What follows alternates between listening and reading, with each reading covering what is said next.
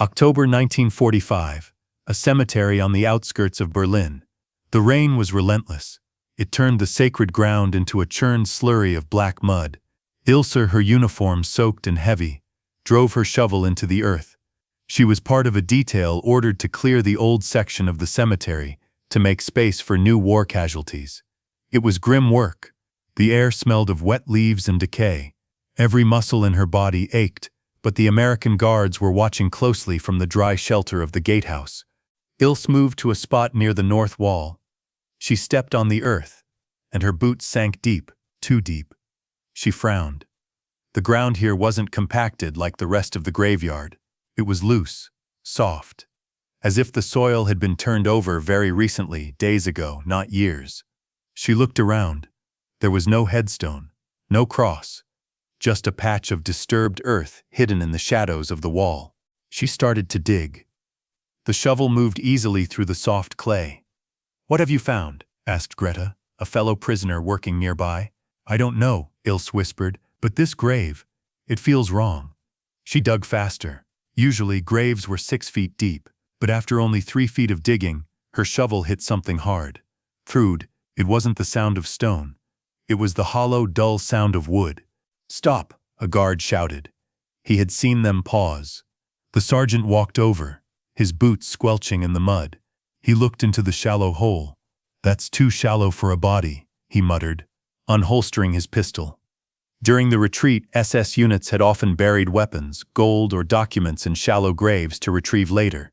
"Everyone back," he ordered. "If that's a booby trap, I want you clear." "You," he pointed at Ilse. "Keep digging. Clear the top." Ilse dropped to her knees in the slush. The shovel was too clumsy for this work. Under the watchful eye of the sergeant's pistol, she used her bare hands to scrape the heavy, wet clay away from the wood. It was cold, numbing her fingers. Slowly, the object revealed itself. It wasn't the tapered shape of a traditional coffin. It was rectangular, rough. It looked like a packing crate made of cheap, unpolished pine, hastily nailed together. There was no nameplate, no cross, just a wooden box hiding in the dark earth. "It's a weapons cache," the sergeant decided. He stepped back, waving the other prisoners further away. Werewolf units buried these all over the city before they ran. Rifles, grenades, maybe explosives. He looked at Ilse, who was shivering in the hole, waist deep in mud. She was the expendable one. "You," he pointed with his gun barrel. "Open it. But do it slowly. If I hear a click, you pray." Ilse reached for the crowbar Greta threw to her. The metal was slippery with rain. Ilse's heart hammered against her ribs like a trapped bird. She wasn't a soldier. She was a former librarian. She didn't know how to disarm bombs. She looked at the lid. It was nailed shut with long, rusted iron spikes. She jammed the tip of the crowbar under the edge of the lid. She took a breath, smelling the wet earth and her own fear. "Please," she thought, "let it be empty." Screech. The sound of the rusted nail being forced out was agonizingly loud in the silent cemetery. It sounded like a scream. The sergeant flinched, finger tightening on the trigger. Ilse froze, waiting for an explosion. Nothing happened. Just the rain falling. She pushed harder on the crowbar. Another nail gave way with a groan of tortured wood. The lid began to lift, revealing a sliver of darkness inside. A strange smell drifted up. It wasn't the smell of gunpowder or oil, which would indicate weapons, and it wasn't the overpowering stench of a rotting corpse, which Ilse knew all too well from the ruins of Berlin. It was a stale, musty smell, like the air in a room that has been sealed for 100 years. Like sweat and old fear. Ilse paused. "Sir," she whispered, her voice trembling. "It doesn't smell like a body." With a final heave, she threw the lid back. The heavy wooden planks splashed into the mud. Ilse squeezed her eyes shut for a second, then forced them open to look inside. The sergeant stepped forward cautiously, flashlight beam cutting through the gloom. The beam swept the interior of the box. There were no rifles. There was no gold. There was no body. It was an empty box buried 6 feet underground. But as the light hit the bottom, Ilse gasped. "It's a decoy," the sergeant spat. He kicked the side of the wooden crate with his boot. The sound echoed hollowly. Those bastards dug a hole just to make us waste our time. He holstered his pistol, clearly annoyed. Burn it for firewood, fill the hole back up. He turned to walk away, dismissing the empty box as a prank or a diversion. But Ilse didn't move. She was staring at the lid she had thrown into the mud. Something about the wood caught the rain.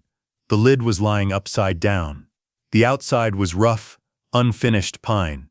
But the inside surface, it looked different. It looked shredded.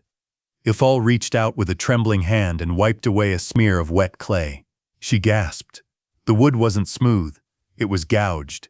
Deep, frantic grooves ran the entire length of the lid, particularly near the top where a head would be. "Sir," Ilse called out, her voice cracking. "Look." The sergeant stopped and turned back, irritated. He looked at where Ilse was pointing. He stepped closer, shining his flashlight onto the wood. The beam illuminated the horror. These weren't tool marks. They were uneven, desperate. They were the marks of fingers clawing at the wood in total darkness. Someone had been inside, alive, awake, and screaming in a place where no one could hear. Ilse saw a dark stain in the grain. She leaned closer. Splinters of wood were bent backward, stained with a dark rusty brown, blood, dried, old blood. And then she saw it, embedded deep in a knot of the wood, torn from the root. A fingernail. A human fingernail. It was a testament to the agony of whoever had been trapped in this box. They had clawed until their hands broke. They tried to get out, Ilse whispered. The realization hit the group like a physical blow. The other women backed away from the hole, crossing themselves. This wasn't a burial. It was a torture chamber. Someone had been nailed into this crate, lowered into the ground and left to suffocate slowly. The scratches told a story of panic, of hours of scratching at the lid while the air ran out. "But where are they?" the sergeant asked. His voice was quiet now. He shone the light back into the empty box. There were no claw marks on the bottom, only on the lid. If they died in there, there would be a body. If they escaped, how? He looked at the heavy iron nails that Ilse had just pried open. The box had been sealed from the outside. It was impossible to open from the inside. Yet the occupant was gone. "Turn it over," the sergeant commanded. He was agitated now. The mystery of the scratched lid and the missing body gnawed at him. "See if they dug out through the bottom." Ilse grabbed the edge of the empty pine crate. It was heavy with waterlogged wood. She heaved, trying to flip it onto its side. But as the box shifted, the mud underneath it made a sucking sound, and then the ground vanished. The coffin didn't hit dirt. It fell. With a hollow crash, the wooden crate dropped 3 feet, disappearing into a hole that had been hidden beneath it. Ilse scrambled back, gripping the muddy edge of the upper grave to keep from falling in too. The grave had no bottom. The coffin had been placed carefully over a vertical shaft, like a cork in a bottle. The sergeant shined his light into the abyss. The beam cut through the rain and darkness. Below the fallen crate, the shaft continued down. It wasn't a natural sinkhole. It was man-made. The walls were shored up with old timber and bricks. It was a tunnel, a secret passage leading deep under the cemetery. Cold, stale air drifted up from the hole. Air that smelled of damp stone and something metallic. "Werewolf," the sergeant whispered. His theory had changed. This wasn't just a weapons cache. This was a rat line, an escape route, or a bunker entrance used by the Nazi resistance. The person in the coffin hadn't been buried alive. They were entering or exiting. But the scratches, why the scratches? Why claw at the lid if you have a tunnel below? Unless the tunnel was blocked, or unless something was chasing them from below. "You," the sergeant pointed at Ilse. "Go down there." Ilse froze. "Sir? I said go down. See where it leads. I'm not sending my men into a trap." He gestured with the pistol. It wasn't a request. Ilse looked at the dark hole. It looked like a throat waiting to swallow her. She looked at the pistol. A bullet was certain death. The hole was only a maybe. Ilse lowered herself into the shaft. She found footholds in the rotting wood. The air grew colder as she descended past the level of the coffin. The sounds of the rain faded, replaced by a dripping silence. Her boots hit solid ground about 10 feet down. She was standing in a narrow brick corridor. She looked up at the square of gray light above. Then she looked forward into the pitch-black darkness of the tunnel. And then she heard it. A sound. Not a rat. A breath. "Here, catch!" the sergeant barked. A heavy metal flashlight clattered down the shaft, hitting the mud near Ilse's boots. She picked it up, her hands trembling. Above her, the square of gray sky looked like a distant memory. "Move forward," the sergeant's voice echoed down, distorted by the narrow walls. "If you see anyone, yell." Ilse switched on the beam. The light cut through the stale, dusty air, revealing a narrow corridor lined with crumbling red brick. It wasn't just a tunnel, it was an old sewer line, or a forgotten catacomb, repurposed. And it was tight, so tight her shoulders brushed the slime-covered walls. She walked deeper into the earth. Every step was a struggle. The floor was slick with mud and something else, something dark and sticky. Ilse shone the light on the ground, drag marks. Someone had dragged themselves through this muck recently. She followed the trail. The air grew colder, smelling of rust and old copper. As she moved, she noticed the walls. They were scarred, not by tools, but by desperate hands. Long, white scratches on the brick where fingernails had tried to find purchase. The person in the coffin hadn't just scratched the wood, they had clawed their way through this entire hell. The breathing sound grew louder. It was a wet, rattling rasp.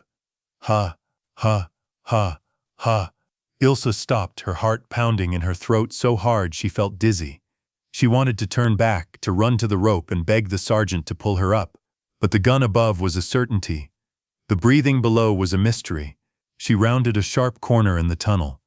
The corridor opened up into a small makeshift chamber supported by rotting timber beams, a bunker.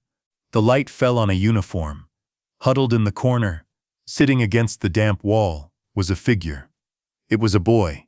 He couldn't have been more than 16. He was wearing a torn Wehrmacht tunic that was too big for him. His hands, Ilse gasped and covered her mouth. His hands were wrapped in bloody rags, the fingers raw and broken from scratching. He was the one. He had climbed up the shaft, entered the coffin to escape, realized he was buried, panicked and fallen back down. He raised his head slowly. The light blinded him. He didn't reach for a weapon. He didn't scream. He just blinked, his eyes hollow and feverish. "Mutti? Mom?" he whispered. The word hung in the damp air, heartbreakingly innocent. He wasn't a monster of the SS. He wasn't a werewolf. He was a terrified child soldier who had been left behind in a sealed tomb, trying to dig his way to the surface until his body gave out. The breathing Ilse had heard was the sound of him dying. "He is here," Ilse shouted up the tunnel. She didn't know why she shouted. Was she calling for help, or was she alerting the executioner? The boy looked at her. He saw her gray prisoner uniform. A flicker of recognition crossed his eyes. "Water," he croaked. Ilse looked at her empty hands. She looked back up the dark tunnel towards the American guns. She realized with a jolt of horror that saving him from the hole might only mean sending him to the gallows. "Help me!" Ilse screamed up the shaft. "He is hurt! Send the rope!" There was a silence from above. Then the rope snaked down. Ilse tied it around the boy's chest. He whimpered, his body limp as a rag doll. "Pull!" she shouted. The sergeant and the other women hauled him up. Ilse climbed behind him, pushing his feet. As they emerged into the rainy gray light of the cemetery, the boy gasped, a sound like a drowning man breaking the surface. They laid him on the wet grass. He looked smaller in the daylight. The Wehrmacht uniform was stained with the filth of the tunnel, but it was his hands that silenced the group. The sergeant stared at the raw, bloody stumps of fingers, stripped of nails and skin. He looked at the scratched coffin lid lying nearby. He realized the sheer force of will it had taken for this dying boy to claw through solid wood in pitch darkness. The sergeant slowly holstered his gun. There was no enemy here, only suffering. "Sky," the boy whispered. His eyes, clouded with death, fixed on the gray clouds above. Rain washed the dirt from his pale face. He didn't ask for his mother again. He just stared at the open space, terrified that the lid would slam shut one last time. Ilse knelt beside him, holding his head. "You are out," she said softly, ignoring the guards. "You are free. No more box." He let out a long, shuddering sigh. and then he stopped staring. The sergeant ordered the hole filled. "Bury the box," he said, his voice rough. "Seal the tunnel." They didn't put the boy back in the hole. The medics took his body away on a stretcher, covered by a blanket, but they couldn't take away the memory. Ilse shoveled the mud back onto the empty pine crate. The sound of earth hitting wood made her flinch. Thud, thud. It sounded like a heartbeat stopping. 50 years later, Ilse still checked her locks. She lived in a small apartment with big windows. She never closed the curtains. She couldn't stand the dark, and she never ever kept wooden boxes in her house. Whenever she heard a scratching sound in the walls, a mouse, a branch against the glass, she would freeze. She would look at her own fingernails, intact and healthy, and feel a phantom pain. Some graves are empty because the dead refuse to stay. The boy in the coffin taught Ilse that the will to survive is stronger than wood, stronger than nails, stronger even than the earth itself. If this story of darkness and light chilled you, please subscribe. Share this video to remember those who fought for one last look at the sky. Thank you for watching.